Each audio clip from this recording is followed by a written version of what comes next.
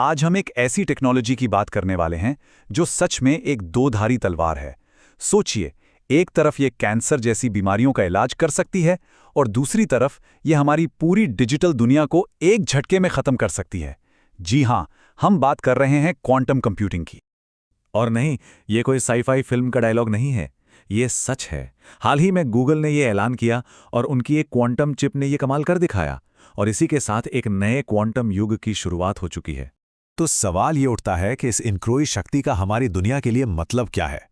चलिए इस क्रांतिकारी टेक्नोलॉजी के दोनों पहलुओं को समझते हैं, इसके जबरदस्त वादे और इसके आने वाले खतरे। ठीक है, तो चलिए शुरू करते हैं। सबसे पहले इसके अच्छे पहलू को देखते हैं कि कैसे क्वांटम कंप्यूटिंग हमारी जिंदगी को बेहतर बना सकती है, और इसकी शुरुआत हम करेंगे मेडिसिन से। तो देखिए, क्वांटम कंप्यूटर की सारी शक्ति का राज सुपरपोजिशन नाम के एक बड़े ही अजीब से सिद्धांत में छिपा है। हमारे नॉर्मल कंप्यूटर में एक बिट या तो 0 हो सकता है या 1, लेकिन एक क्वांटम बिट, जिसे क्यूबिट कहते हैं, वो एक ही समय पर 0 और 1 दोनों हो सकता है। अगर इसे आसान भाषा में समझना हो तो ये बिल्कुल वैसा ही है जैसे डॉक्टर स्ट्रेंज ने एक ही पल में लाखों भविष्य देख लिए थे। एक साथ हर संभावना को देखने की यही काबिलियत क्वांटम कंप्यूटर को वो ताकत देती है जो हमारे आज के सुपर कंप्यूटर्स के लिए भी नामुमकिन है। और इसका असर बीमारियों से लड़ने पर बहुत गहरा पड़ सकता है।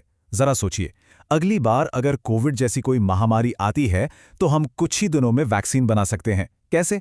क्वांटम कंप्यूटर किसी भी वायरस के स्ट्रक्चर, मतलब उसके ताले को एकदम सटीक तरीके से समझ सकता है, और फिर वो लाखों दवा के मॉलिक्यूल्स यानी चाबियों को एक साथ टेस्ट करके वो सही चाबी ढूंढ सकता है जो उस वायरस को रोक दे। मतलब दशकों का काम बस कुछ ही दिनों में। और ये सिर्फ दवा तक ही सीमित नहीं है। हम इलेक्ट्रिक कारों के लिए सुपर एफिशिएंट बैटरीज बना सकते हैं, जेट इंजन और स्पेस ट्रैवल के लिए हल्के और बेहद मजबूत मटेरियल्स डिजाइन कर सकते हैं। क्वांटम कंप्यूटिंग हमें एटॉमिक लेवल पर दुनिया को समझने की ताकत देकर हर फील्ड में क्रांति ला सकती है।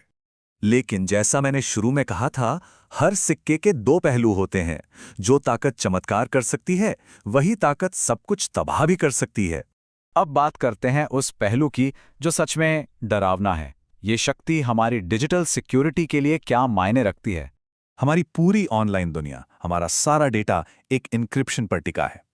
ये एन्क्रिप्शन इतनी मुश्किल गणित की पहेलियों पर बना है कि आज के सुपर कंप्यूटर्स को भी इसे तोड़ने में अरबों साल लग जाएंगे। लेकिन एक क्वांटम कंप्यूटर के लिए ये सब बच्चों का खेल है। वो इसे कुछ ही घंटों या मिनटों में तोड़ सकता है। जरा सोचिए, इसका मतलब क्या है। हमारा हर ऑनलाइन ट्रांजैक्शन, हमारी हर प्राइवेट चैट, हमारे बैंक अकाउंट्स, व्हाट्सएप मैसेजेस, आधार की डिटेल्स, सब कुछ। और ये सिर्फ पर्सनल डेटा की बात नहीं है। देश की सेना, नेवी, एयरफोर्स के कम्युनिकेशंस, यहां तक कि डीआरडीओ के मिसाइल कोड्स, सब कुछ खतरे में पड़ जाएगा। और ये सिर्फ डेटा चोरी नहीं है, बल्कि इससे डिजिटल गुलामी का खतरा पैदा होता है। मतलब जिन देशों के पास क्वांटम टेक्नोलॉजी नहीं होगी, उन्हें अपने ही डेटा को बचाने के लिए उन देशों पर निर्भर रहना पड़ेगा जिनके पास ये है। ये हमारी राष्ट्रीय और आर्थिक संप्रभुता पर सीधा हमला है। और जब दांव पर इतनी बड़ी चीजें हों, जब बात राष्ट्रीय सुरक्षा और आर्थिक ताकत की हो, तो एक ग्लोबल रेस तो होनी ही है। इसीलिए दुनिया में एक नई क्वांटम हथियारों की दौड़ पहले ही शुरू हो चुकी है। जैसा कि हम देख सकते हैं, दुनिया भर की सरकारें क्वांटम रिसर्च में अरबों डॉलर लगा रही हैं। चीन को देखिए, अकेले $15 बिलियन। हर कोई समझता है कि जो देश पहले क्वांटम सुप्रीमेसी हासिल करेगा, उसके पास जबरदस्त आर्थिक और जियोपॉलिटिकल पावर होगी। और ये रेस सिर्फ देशों के बीच में ही नहीं है।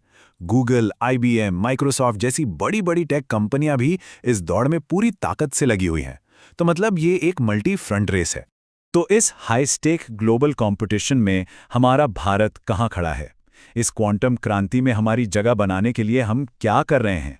2023 में भारत ने अपने नेशनल क्वांटम मिशन के साथ इस रेस में एक बड़ा कदम उठाया।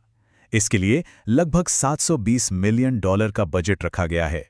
ये एक बहुत अच्छी शुरुआत है, लेकिन याद है, चीन $15 बिलियन लगा रहा है। तो साफ है कि बराबरी पर आने के लिए भारत के सामने अभी भी बड़ी चुनौतियां हैं। तो आगे का रास्ता क्या है? देखिए, हमें एक पूरी स्ट्रैटेजी चाहिए। अपने इंजीनियरिंग कोर्स में क्वांटम फिजिक्स को शामिल करना होगा। स्टार्टअप्स को सिर्फ अवार्ड नहीं, असली सरकारी कॉन्ट्रैक्ट देने होंगे। और सबसे ज़रूरी, स्कूल लेवल से ही बच्चों को इसके लिए तैयार करना होगा। ये सिर्फ टेक्नोलॉजी बढ़ाने की बात नहीं है, ये पूरी पीढ़ी को इस नए भविष्य के लिए तैयार करने की बात है।